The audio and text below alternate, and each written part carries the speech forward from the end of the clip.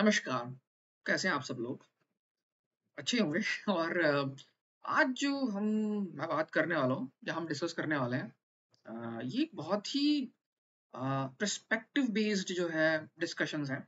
इसमें कुछ ऐसा नहीं है जो अवेलेबल नहीं है। ये सिर्फ थोड़ा-सा सोच पे, फैक्ट बेस पे अगर देखा जाए तो उससे जो आप है जो प्रॉपर नैरेटिव उससे डिसएग्री कर सकते हैं।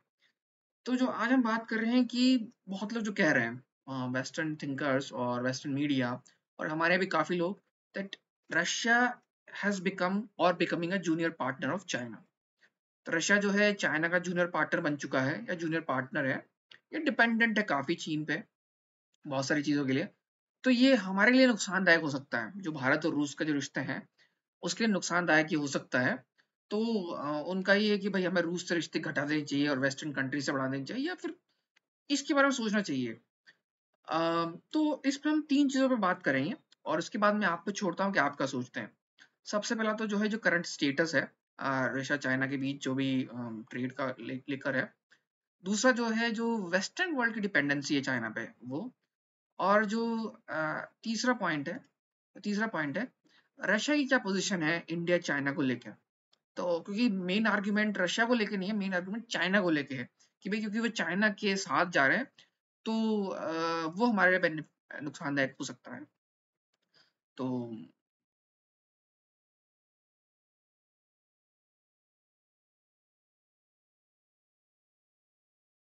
आइए चलते हैं। सबसे पहला जो पॉइंट है वो है कि जो रशिया चाइना का ट्रेड, ये बिल्कुल सही बात है कि 2022 के बाद जब से यूक्रेन कॉन्फ्लिक्ट शुरू हुआ वेस्टर्न नेशंस ने रशिया से साथ जो है बिजनेस करना कम कर दिया, उन पर सैंक्शंस लगाए। तो कुछ समय के लिए तो रशिया में इकोनॉमिक एक्टिविटीज डिक्रीज होगी, बाद में लेकिन बाद में उन्होंने चाइना के थ्रू जो है या चाइना जो है एक रिप्लेसमेंट बन गया। जैसे कि रशिया बहुत सारा तेल जो है यूरोप को डायरेक्टली बेचा करता था, है ना। अब वो चाइना को डायरेक्टली तेल बेच रहा है क्योंकि उनके बीच में बहुत लंबा 4 साढ़े 4 हजार किलोमीटर लंबा बॉर्डर है। वो बेच रहा है और भारत के थ्रू वो यूरोप को बेच रहा है। मतलब रशियन ऑयल भारत में आ रहा है और हम बेच रहे हैं, तो वो है रशियन ऑयल ही, बस उसका कलर पता नहीं, कलर तो वही है। तो इंडियन ऑयल बन जाता है। तो ये है कि डायरेक्टली ट्रेड नहीं हो रहा है। तो ये जो ट्रेड हो रहा है इसमें चाइना का बहुत बड़ा शेयर बन गया है क्योंकि पूरा मार्केट मिल गया। पहले जो ये रशिया का मार्केट था वो यूरोपियन कंपनीज या यूरोपियन जो इकोनॉमी उस पर डिपेंडेंट था, लिंक था। मतलब रशिया यूरोप की इकोनॉमी काफी लिंक थी।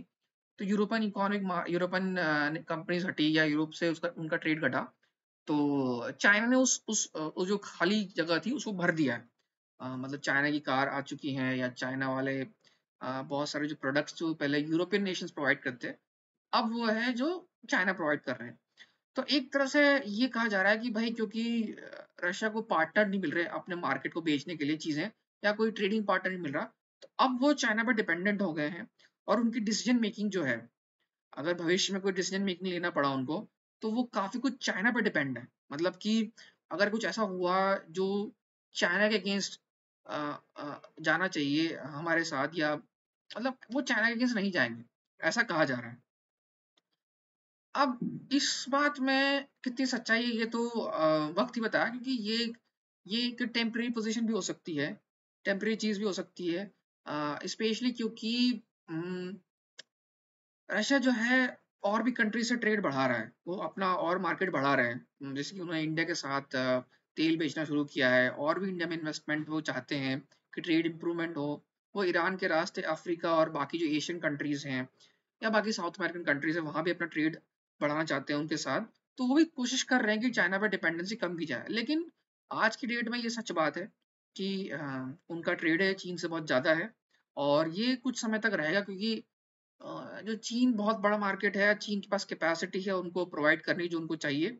और जब तक वेस्टर्न सैंक्शंस रहेंगे, या और जब तक चाइना का कोई रिप्लेसमेंट ना मिल जाए, या तो रूस वाले अपनी चीजें खुद ही बनाने लग जाए, या चाइना को की बजाय कोई और भी प्रोवाइड करने लग जाए, तो डिपेंडेंसी घट सकती है। लेकिन आज की डेट में ये डिपेंडेंसी है। और और ये किस हद तक उनको इम्पैक्ट करेगी ये तो वक्त बताएगा। हम ये नहीं कह सकते कि इम्पैक्ट करेगा, क्योंकि मैं आपको जो तीसरा पॉइंट है उसके बारे में बात करूंगा, और उस पे बात करेंगे हम। तो ये है। और और ये बड़ी इंटरेस्टिंग बात हो जाएगी कि जो दूसरा पॉइंट मैं कहता हूँ, दूसरा पॉइंट जो है जूनियर पार्टनर ऑफ चाइना, जो लोग कह रहे हैं, देखिए चीन जो है दुनिया का सबसे बड़ा एक्सपोर्ट नेशन है, ठीक है, सबसे बड़ा एक्सपोर्टर है चीजों का, खिलौने से लेकर फिनिश गुड से लेकर टनल बोरिंग मशीन से लेकर जो भी आपका इंजीनियरिंग इक्विपमेंट्स हैं या आपके मेट्रो कोचेस हैं, इंजन है, दुनिया भर में सबसे बड़ा एक्सपोर्टर है चाइना। तो दुनिया के सारे बड़े देश, कोई से बड़ा देश हो, वो चाइना का जूनियर पार्टनर ही रहेगा, ठीक है। अगर रशिया का ट्रेडिंग पार्टनर चाइना है और चाइना जो है उनकी चाइना का लेवरेज है उनको उन पे एक ट्रेड इम्बैलेंस में, तो ये सबके साथ है। इंडिया और चाइना का जो ट्रेड देखे तो हम इंपोर्ट ज्यादा कर रहे हैं, एक्सपोर्ट कम कर रहे हैं, just like Russia. Same for US, US के साथ भी यही समस्या है, वो इंपोर्ट ज्यादा कर रहे हैं, एक्सपोर्ट कम कर रहे हैं। और यूरोपियन यूनियन की तो बात ही कुछ और है, वो भी ऐसी ही सिचुएशन में है। और वो चाहकर भी चीन के खिलाफ कोई एक्शन नहीं ले पाएंगे। वो लोग कह रहे हैं कि भाई चीन जो है रशिया को सपोर्ट कर रहा है, इकोनॉमिक एक्टिविटी बढ़ रही है, लेकिन वो एक्शन नहीं ले पाएंगे क्योंकि वो लेना शुरू करेंगे तो भाई उनकी खुद की इकोनॉमी खराब हो सकती है, क्योंकि दे आर डिपेंडेंट। और यह बात मैं इम्फसाइज करना चाहता हूँ कि यूरोपियन यूनियन चाइना पे बहुत ज्यादा डिपेंडेंट है क्रिटिकल चीजों के लिए। और जो तीन इंपॉर्टेंट चीजें जो और हो सकती हैं, मतलब वैसे तो जो है अभी जो है उन पे है ही सही, पर तीन जो इंपॉर्टेंट उन्होंने हाईलाइट की, और चौथी जो मैं कहना चाहता हूँ, सबसे पहला तो है सोलर पैनल्स। ये सच है, ये बहुत देखा होगा आपने कि यूरोपियन कंट्रीज जो है वो जो है अपनी इकोनॉमी या सॉरी एनर्जी सप्लाई जो है उस पर रिन्यूएबल एनर्जी में कन्वर्ट करना चाहती हैं ना, सूरज से। तो सोलर पैनल्स जो है वो चीन से खरीद रहे हैं। सबसे ज्यादा जो सोलर पैनल्स बनते हैं सस्ती रेट पे या क्वालिटी वाइज भी अच्छे होते हैं, कोई कंप्लेन नहीं आई है, तो वो चीन में बन रहे हैं। तो वो डिपेंडेंट है अपनी पूरी एनर्जी सिस्टम को बदलने के लिए चीन पे। अब वो बड़ा सिस्टम कहाँ से खड़ा करेंगे आसानी से, ठीक है, क्योंकि उस पे उसके लिए चाहिए रॉ मटेरियल। रॉ मटेरियल पे चीन का क्वाइट मोनोपोली कह सकते हो, या उन्होंने अच्छी खासी सप्लाई चेन एग्रीमेंट कर रखे हैं। और रशिया जो है एक बहुत बड़ा नेचुरल रिसोर्सेज सप्लायर है, तो रशिया के साथ उनकी दोस्ती अच्छी है। तो चीन के साथ की रॉ मटेरियल कमी नहीं है, उनके पास इंडस्ट्रियल बेस है, तो यूरोप चीन से कम्पीट नहीं कर पाएगा। कम्पीट करने की सोचे भी तो उनको 10-12 साल लग सकते हैं उनके बराबर इंडस्ट्री खड़ी करने में, क्योंकि उसके लिए बहुत सारी चीजें चाहिए। तो इस पर डिपेंड है सोलर पैनल्स। दूसरा है लिथियम आयन बैटरी। हमारे बाहर बहुत सारे भारतीय कमेंटेटर जो है चाइना को बहुत ही कम दर्जे का मानते हैं, लेकिन चाइना ने बहुत इन्वेस्ट किया है इस टेक्नोलॉजी में। और जो इलेक्ट्रिक व्हीकल्स की हम बात कर रहे हैं, लिथियम आयन बैटरीज, उसमें चाइना का एकाधिकार टाइप हो गया है। उनके पास जो है रॉ मटेरियल की सप्लाई भी है और एक अच्छा खासा इंडस्ट्रियल बेस भी है। तो उनके एकाधिकार हो गया है इन दो चीज़ों पे। और जो तीसरी चीज़ जो है इलेक्ट्रॉनिक मशीन्स जो जो भारी मशीनरी और ये सब है, ये काफी हद तक चीन में बनती है। और इसके बगैर जो है आप कुछ कर नहीं सकते। अगर भारत जैसे हम बात कर रहे हैं, हम कुछ बड़ा इंफ्रास्ट्रक्चर डेवलपमेंट कर रहे हैं, तो जो मशीनरी हैवी मशीनरी आती है उसमें से कुछ काफी तो हमारी ही होती है, लेकिन काफी कुछ जो है हम चीन से ला रहे हैं। जैसे कि पोर्ट में बड़ी बड़ी क्रेन्स आती है, वो चीन से आ रही है। और जहां तक मुझे पता है टनल बोरिंग मशीन जो होती है, जो सुरंग खोदने के काम आती है मेट्रो के लिए, वो भी चीन से आ रही है। तो तो ये जो वेस्टर्न कंट्रीज डिपेंडेंट हैं। और चौथा जो है इन्वेस्टमेंट, चौथा जो पॉइंट है इन्वेस्टमेंट। जैसे कि बहुत सारी यूरोपियन कंट्रीज जो है चीन को इनवाइट करेगी, भाई इन्वेस्ट करो और हमारे यहाँ जो है प्रोडक्शन शुरू करो चीज़ों का। हंगरी उनमें से एक है, सर्बिया उनमें से एक है। ग्रीस में ही बात हो रही थी कि चाइनीज कंपनीज को वो अपने पोर्ट्स भेज दें, तो रन करने के लिए। तो जो है एक तरह से ये जो वेस्टर्न कंट्रीज कमेंटेटर्स बोल रहे हैं या हमारे दो देश के लोग बोल रहे हैं कि भाई रशिया जूनियर पार्टनर चाइना का, भाई सारे दुनिया जूनियर पार्टनर कह सकते हैं इस बेसिस पे। तो चाइना के पास लेवरेज है जो जो वो नहीं है। और चाइना का अल्टरनेटिव अभी तक इतना आसानी से इमर्ज नहीं हुआ है। ठीक है, आप डिपेंडेंट हो और रहोगे तब तक अल्टरनेटिव टाइम इमर्ज हो जाए। कोशिश की जा रही है, लेकिन कुछ फील्ड्स में कोई अल्टरनेटिव भी नहीं है।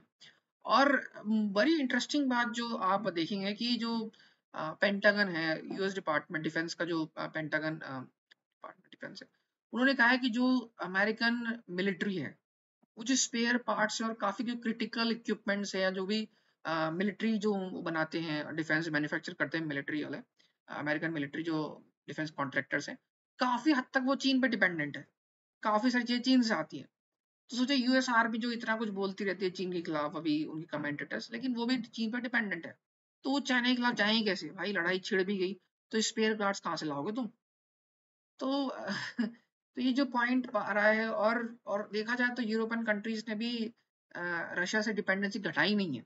वो वो किसी और के थ्रू, मतलब कि आप देखिए जो रशिया के आसपास जो कंट्रीज हैं, आर्मेनिया, कजाकिस्तान, किर्गिस्तान, तो यूरोपियन कंट्रीज रशिया के साथ ट्रेड कर रहे हैं इन इंटरमीडिएट के थ्रू, मिडिल मैन के थ्रू। मतलब कि अगर रशिया वालों को कुछ चीज चाहिए, तो ये जो बीच की कंट्रीज है, ये खरीदते हैं यूरोपियन नेशन से और रशिया वालों को बेच देते हैं। मतलब कि रशिया में चीज जा ही रही है और रशिया से भी कोई चीज उनमें जा रही होगी इंटरमीडिएट के थ्रू। और यूरोपियन वाले अभी भी रूस से डायरेक्टली गैस खरीद रहे हैं और कुछ और चीजें भी खरीद रहे हैं वो। मतलब खत्म नहीं हुआ है ट्रेड। कहने को कहते हैं कि हम डिपेंडेंस घटा चुके हैं, लेकिन डिपेंडेंसी घटे नहीं है।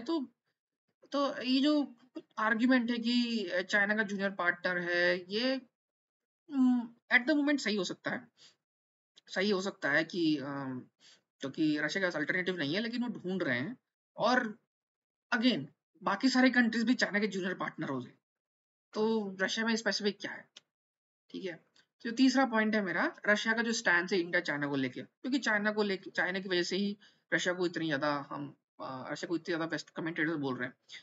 देखिए, लोग भूल जाते हैं कि चाइना वाले भी रशिया से इंपोर्ट कर रहे हैं कुछ चीजें। ठीक है, रशिया वाले चाइना से जो है मशीनरी इंपोर्ट कर रहे हैं, या फर्टिलाइज नहीं, सॉरी, मशीनरी ले सकते हैं, क्रिटिकल जैसे इक्विपमेंट्स, कार और सेमीकंडक्टर चिप्स, और पॉसिबली फार्मास्यूटिकल फार्मेसी अभी इंपोर्ट कर रहे हैं। वो एक्सपोर्ट कर रहे हैं तेल, गैस, फर्टिलाइजर और फूड आइटम्स। ठीक है, और मेरे ख्याल से टिम्बर भी, लकड़ी के जो आइटम्स होते हैं, पुल, आई थिंक पुल भी आ सकता है। तो चाइना को डर है कि भाई अगर ताइवान के साथ कॉन्फ्लिक्ट होता है, तो यूएस वाले जो है काफी हिस्सा ब्लॉक कर सकते हैं उनका, जहाँ से ट्रेड होता है। ठीक है, तो क्योंकि चाइना जो है अभी तक काफी सारा ऑयल मिडिल ईस्टर्न और कंट्रीज से लेता है, जो टैंकरों के थ्रू उनके पास जाता है।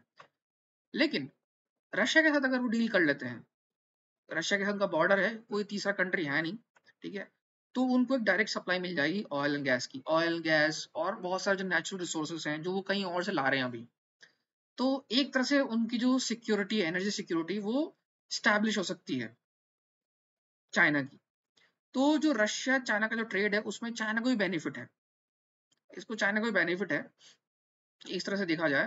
तो ये दोनों एक दूसरे को कॉम्प्लीमेंट कर रहे हैं, और हम भारत भी चाह रहा है कि भाई किस तरह से रशिया के साथ एक लॉन्ग टर्म डील की जाए, ताकि हमें भी एक large amount of oil gas crude oil मिलता रहे, ताकि जो जो ऑयल प्राइस में फ्लक्चुएशन होता है एनर्जी मार्केट में, वो घट जाए।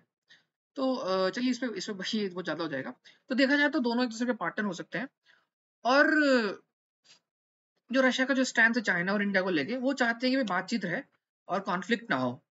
और अगर इंडिया चाइना के कॉन्फ्लिक्ट होता भी है, तो कोई और आएगा नहीं। इंडिया चाइना के कॉन्फ्लिक्ट में कोई और पार्टी आएगी नहीं, ये हम अकेले रहेंगे।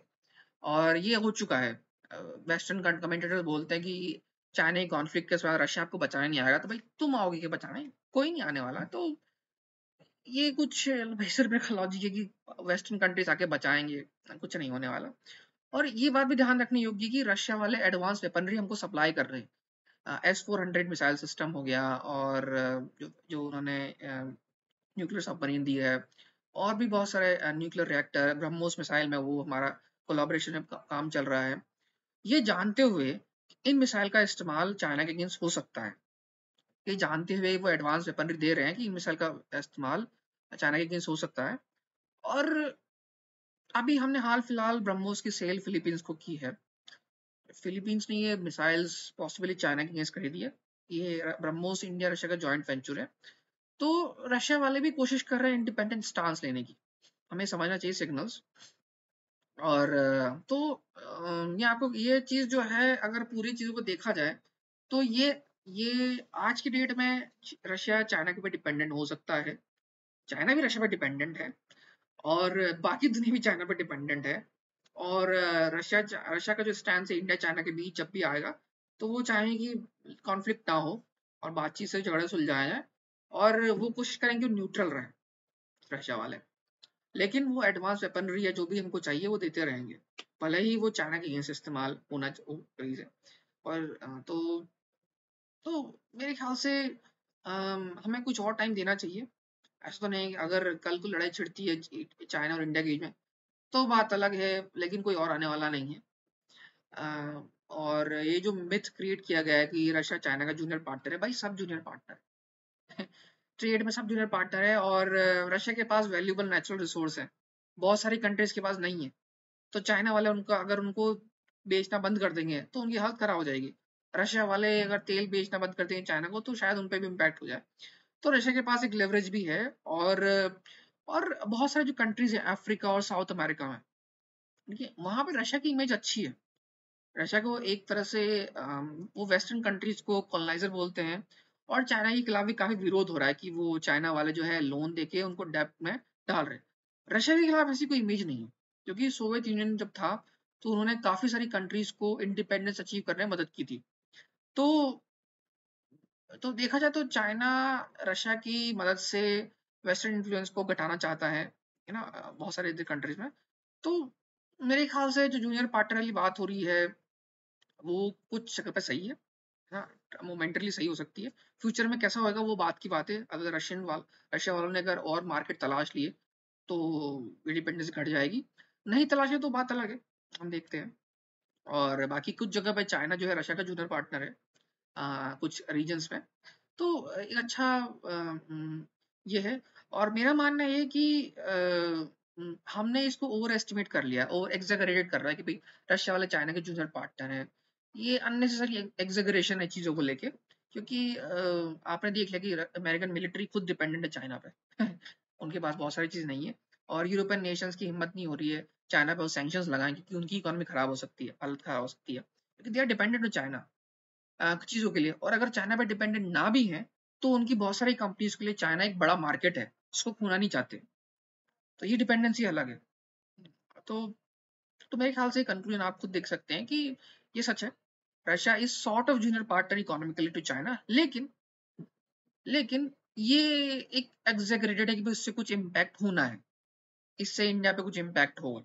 मेरे ख्याल से नहीं। जो जैसे जो जो स्टेटस को थी वैसे चलती रहेगी, और हम कोशिश कर रहे हैं कि रशिया को भी एक नया अल्टरनेटिव पार्टनर दिया जाए, और रशिया वाले ढूंढ रहे हैं कि भाई चाइना पे डिपेंडेंसी घटाई जाए। तो फ्यूचर जो है बताया क्या होता है, लेकिन अभी के लिए मेरे हिसाब से ये सच है। ये बात सच है, मिथ नहीं है, रियलिटी है। लेकिन इसी कंक्लूजन में जो कहा जा रहा है कि भाई हमें जो है रशिया से बिजनेस कम करके वेस्ट की तरफ जाना चाहिए, वो भी गलत है। ये भी एग्जेगरेटेड है। तो वीडियो को देखने के बहुत बहुत धन्यवाद। और अगर रशिया के बारे में और ऐसी कमेंट्री जानना चाहते हैं, और जो कुछ मैंने मिस कर दिया हो या ओवर एस्टिमेट बोल दिया हो, तो आप जो है कमेंट बॉक्स में लिख दीजिए। और वीडियो थोड़ा लंबा हो गया है आज, काफी लंबा हो गया। मैं अगली बार से इसको छोटा बनाने की कोशिश करूंगा, कम बोलूंगा और प्रिसाइज बोलूंगा। और तो बस अगली वीडियो तक के लिए पक्का। नमस्कार।